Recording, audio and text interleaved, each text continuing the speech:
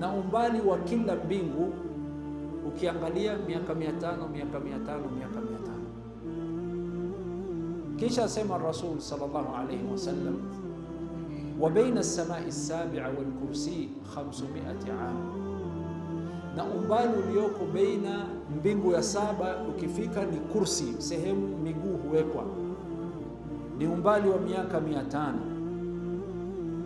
Na baina hiyo kursi kisha kuna maji, juu ya hiyo maji ndo kuna arshi ya Allah.